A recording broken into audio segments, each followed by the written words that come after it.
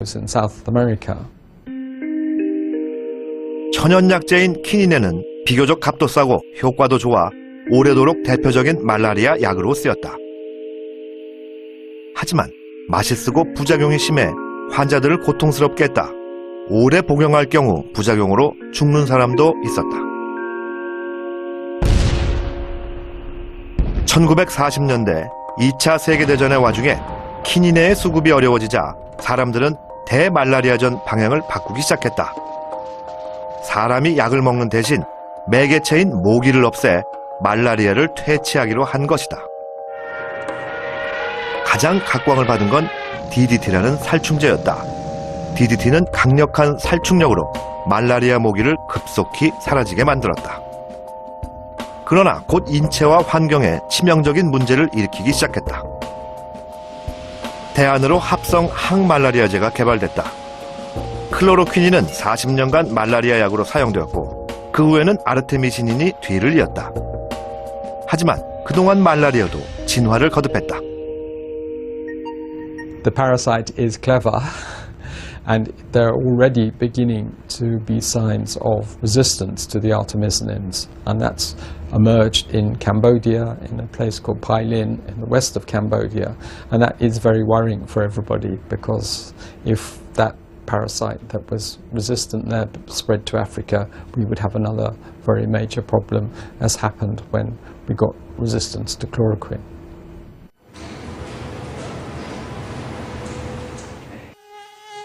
모기는 인간에게 말라리아를 옮기는 매개체지만 결국에는 숙주의 하나이기도 하다. 존스 홉킨스 의대 마르셀로 제이콥스 로레나 박사는 이런 관점에서 새로운 연구를 시작했다.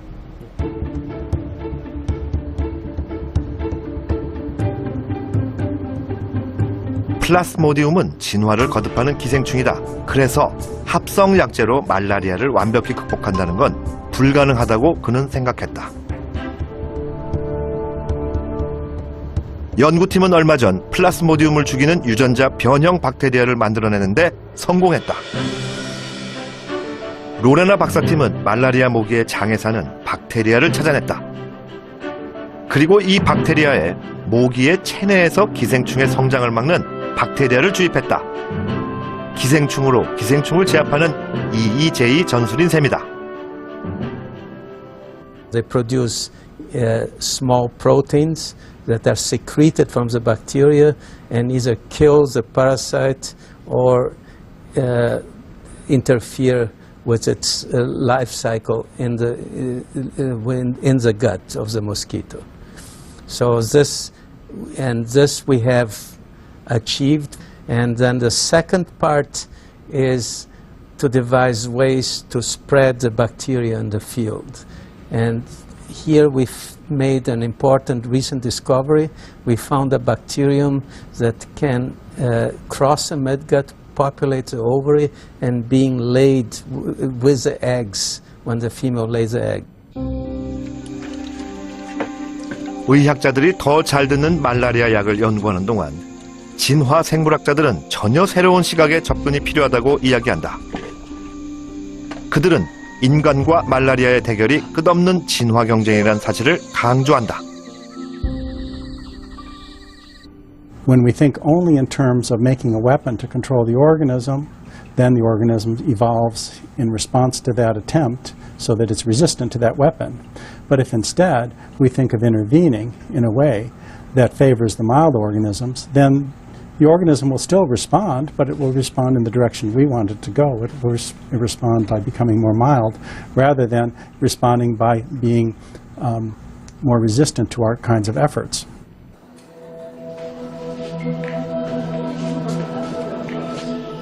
처음엔 뛰어났던 치료약도 시간이 지나면 효과가 떨어진다. 기생충이 약에 대해 적응을 하기 때문이다. 살아있는 생물의 진화를 막을 수는 없으니 그 방향을 유도해보자는 것이 이 이론의 핵심이다. 이러한 주장은 1940년대 미국 테네시강 주변에서 이미 검증된 바 있다.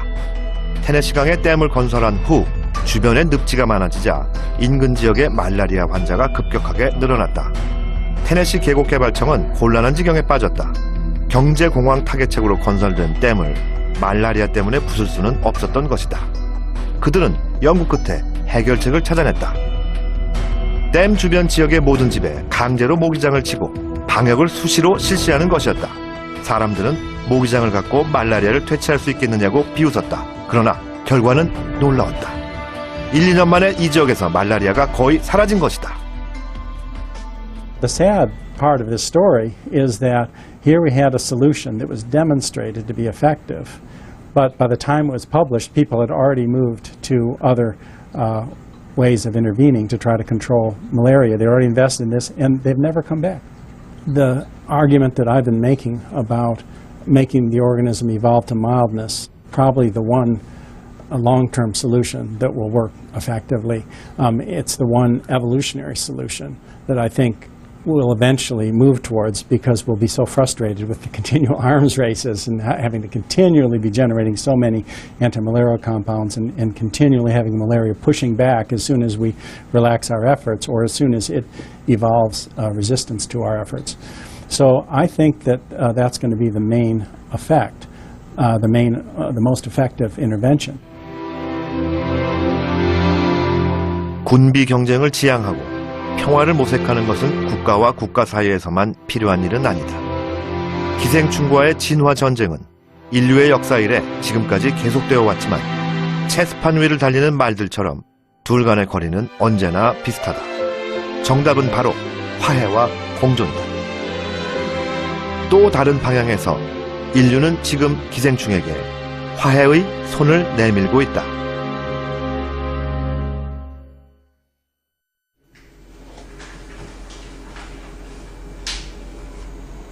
고등학교 3학년 태훈이는 공부에 집중하기가 힘들다. 공부가 싫어서가 아니다. 자신의 의지와 상관없이 수시로 화장실을 찾아야 하기 때문이다. 중학교 2학년 때부터 시작된 설사와의 전쟁이 4년 넘게 태훈이를 괴롭히고 있다.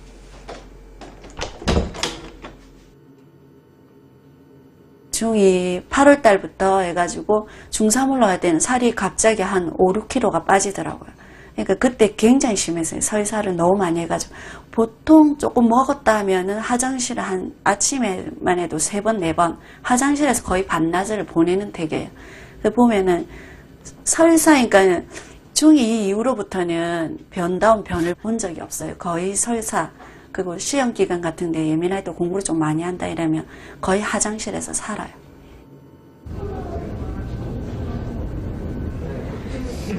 처음엔 단순한 치질로만 생각했다. 하지만 증상은 점점 심해져 학교 생활을 제대로 할 수가 없었다. 4년 동안 치질, 치루 등 크고 작은 수술을 6번이나 받았다. 이 병원 저 병원을 전전한 끝에 1년 전 크론병 확진을 받았다. 강태훈 학생은 중2 때 처음 치질수를 받았다고 했고 여태까지 3차례 치질수를 받았는데요. 그건 치질 자체 때문에 온 것이 아니라 크론의 합병증으로 생각이 되고요.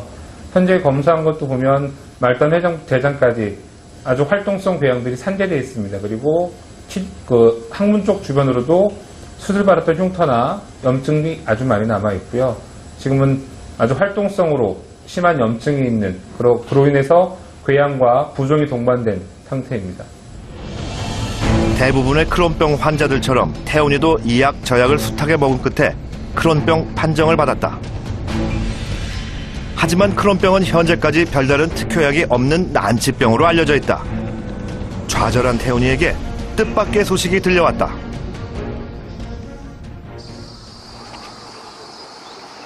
미국, 독일 등 선진국에서 크론병 치료를 위해 새로운 방법이 시도되고 있다는 소식이었다. 독일의 내과 의사 타니아 퀴바허 박사는 크론병 치료의 권위자다. Der Darm ist unser größtes Immunorgan und besitzt eine eigene Schutzschicht, nämlich die Darmschleimhaut. Diese fungiert als Barriere, damit schädliche Wirkstoffe von außen nicht in den Darm hineingelangen. Was nun passiert, wenn man an einem Morbus Crohn erkrankt ist, dass diese Barriere gestört ist. Die ist defekt. Und das bedeutet, dass immer mehr sozusagen schädliche Stoffe durch diese Barriere hindurchwandern können und es dann zu einer Entzündungsreaktion kommt, die aber nicht wie normalerweise dann auch limitiert ist, das heißt aufhört, sondern dass es immer weiter zur Entzündung kommt. 언젠가부터 우리 주변에는 천식, 아토피, 크론병 같은 자가 면역질환 환자가 자주 눈에 띈다. 자가 면역질환이란 우리 몸의 면역체계에 이상이 생겨 면역계가 자기 몸을 스스로 공격하는 병을 말한다. 이런 병들은 미국이나 북유럽처럼 위생시설이 잘 된 선진국에서 주로 나타나 선진국병이라고도 불리운다. 이것은 기생충이 점점 줄고 있는 생활 환경과 아주 깊게 관련이 돼 있다. 쉽게 말해 너무 깨끗한 환경이 문제라는 것이다. Es ist so, dass es eine Hygienethese gibt, die besagt, dass wenn man in der Stadt aufwächst und nicht auf dem Land, häufiger zum Beispiel Allergien hat und häufiger auch an zum Beispiel Autoimmunerkrankungen und Erkrankungen leidet, wo das eigene Immunsystem eine große Rolle spielt. Wir sehen das bei Allergien, wir sehen das bei Asthma, wir sehen das zum Beispiel auch bei chronisch entzündlichen Darmerkrankungen. Menschen, die auf dem Lande leben, die auch als Kind eher mit Tieren und auch mal mit Dreck gespielt haben, in Kontakt kommen, haben häufig weniger Allergien und auch weniger chronisch entzündliche Darmerkrankungen.